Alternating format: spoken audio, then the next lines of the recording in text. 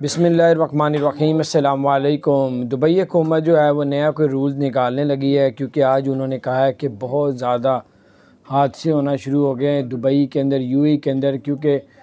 प्लाजे हैं, बड़े फ़्लाइट हैं, उधर बच्चे जब नीचे देखते हैं रोज़ाना या कुछ दिनों बाद, जैसे कि कल आपको पता है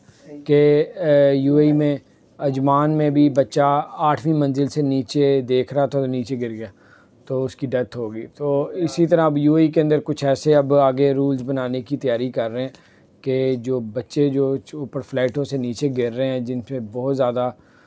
जो है वो नुकसान हो रहा है, डेथें हो रही हैं बच्चों की, तो उसके लिए अब कुछ ना कुछ अब